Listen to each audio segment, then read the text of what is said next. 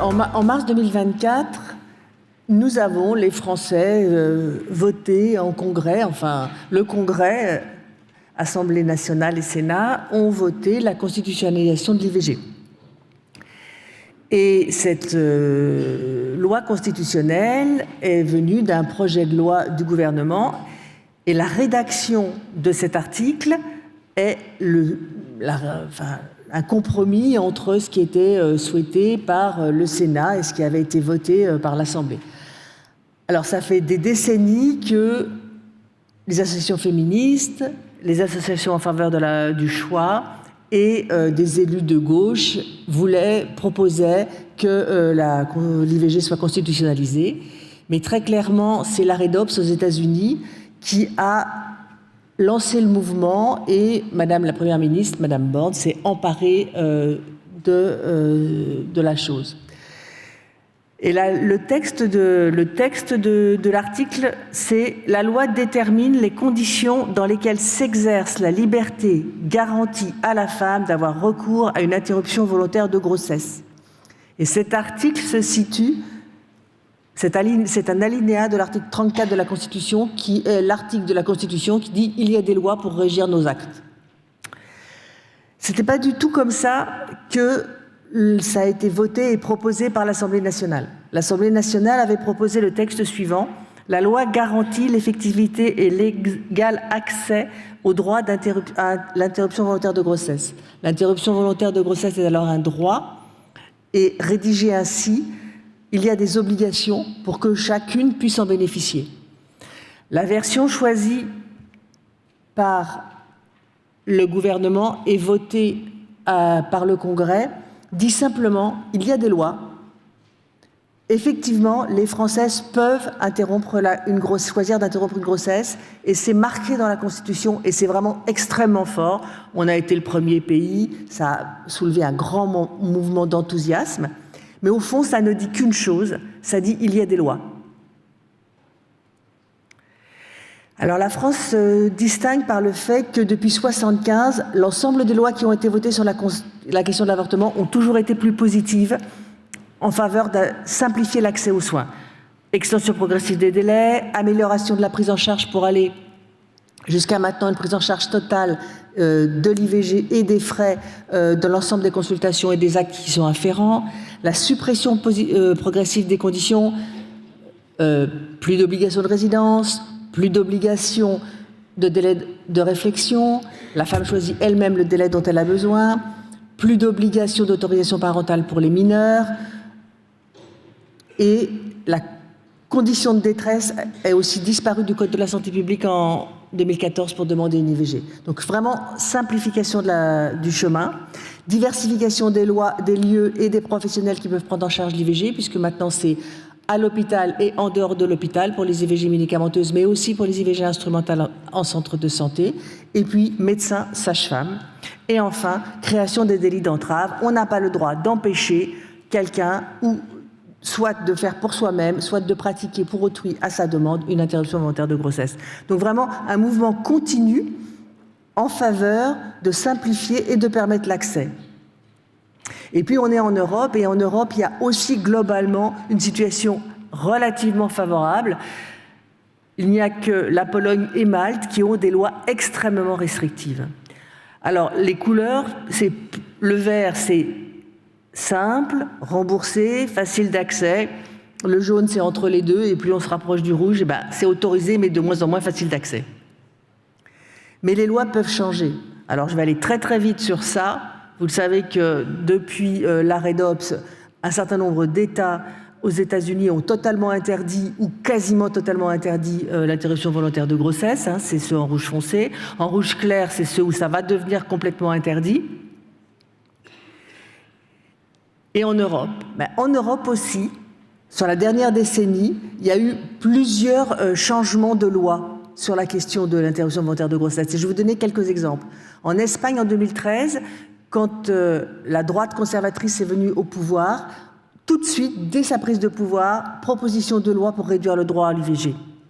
Au Portugal, en 2015, une coalition centre-droit, de même, vient au pouvoir aussi sec des lois pour réduire l'accès à l'IVG. La Pologne, alors la Pologne, c'est depuis 93, à l'arrivée, la chute du communisme et puis l'arrivée de Lech Walesa. La Pologne a actuellement une loi sur l'IVG plus restrictive que celle qu'elle avait avant 1956. Il est quasiment impossible actuellement d'avoir une interruption volontaire de grossesse en Pologne, même si la vie du fœtus n'est pas viable. Mais on peut peut-être espérer, puisqu'il y a eu un changement au Parlement polonais en 2023, qui essaye de faire changer, qui essaye de revoter, de revenir vers une loi moins restrictive, ce qui a quand même été retoqué. Alors la Hongrie, c'est Orbán depuis le 2010. La Hongrie a des lois favorables, mais depuis 2010, il y a des mesures qui entravent de plus en plus l'accès à l'IVG.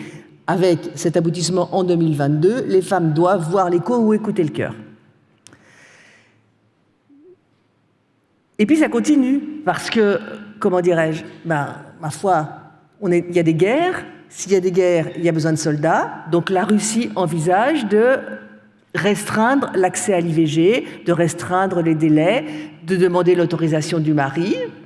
Et puis, par exemple, un autre exemple, l'Italie. Mais l'Italie, il n'y a même pas besoin de changer la loi. L'Italie a une loi qui, normalement, devrait permettre d'avoir un accès facile à l'IVG. Mais de facto, 70% des médecins pratiquent la clause de conscience et il est parfois extrêmement difficile d'avoir accès sur certains territoires. C'est les territoires foncés sur la petite carte, d'une part. Et là, récemment, le gouvernement Meloni vient tout simplement d'autoriser les anti-avortements, les anti-choix, à avoir des permanences dans les centres d'IVG. Pas besoin de toucher à la loi Princeps. Et alors là, c'est quelque chose qui porte à l'espérance. Du moins, je ne sais pas si vous allez voir. En Allemagne, l'IVG est interdite. C'est une loi de 1871, mais elle est possible. De facto, elle est possible dans certaines conditions et jusqu'à 12 semaines. Là, portée par les sociodémocrates et les Verts, une proposition de loi pour légaliser l'avortement. Cependant, l'AfD, les mouvements d'extrême droite qui ont le vent en poupe en Allemagne et qui sont en train de devenir de plus en plus représentés au Bundestag, sont opposés complètement à cette loi et voudraient au contraire une loi extrêmement restrictive. C'est-à-dire qu'en Europe, bien que globalement on soit sur un continent où l'accès à l'IVG devrait être plus facile, ma foi, c'est quand même pas si simple, pas besoin de traverser la Manche.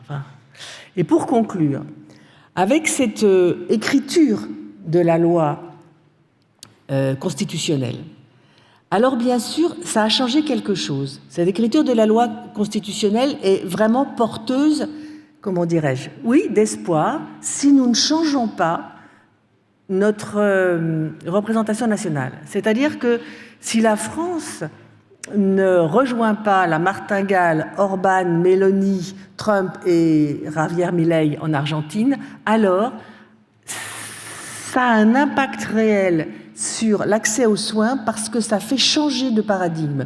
À partir du moment où l'IVG est dans la Constitution, ce n'est plus... on sort de l'impensé social de ce soin, impensé social et médical, on sort de prévenir l'IVG pour simplement la mettre en œuvre et peut-être se donner les moyens d'un accès aux soins et d'un parcours de soins structuré et facile. Mais on est à la merci d'un changement de politique. Si la droite très conservatrice ou l'extrême droite, comme dans d'autres pays d'Europe, venait au pouvoir, cette formulation de la loi constitutionnelle n'empêchera pas une loi très restrictive d'être votée sans être anticonstitutionnelle. On peut réduire les délais, on peut enlever le remboursement, on peut réintroduire l'autorisation parentale, on peut même tout simplement couper les budgets des centres de santé sexuelle, comme c'est ce que propose le Conseil régional de Loire-Atlantique. Et on est toujours constitutionnel. Donc, dans notre situation politique actuelle, vraiment cette loi, elle a apporté beaucoup d'espoir, mais au fond, elle n'est pas, pour répondre à la question qui m'a été posée, non, ce n'est pas une protection absolue. Je vous remercie.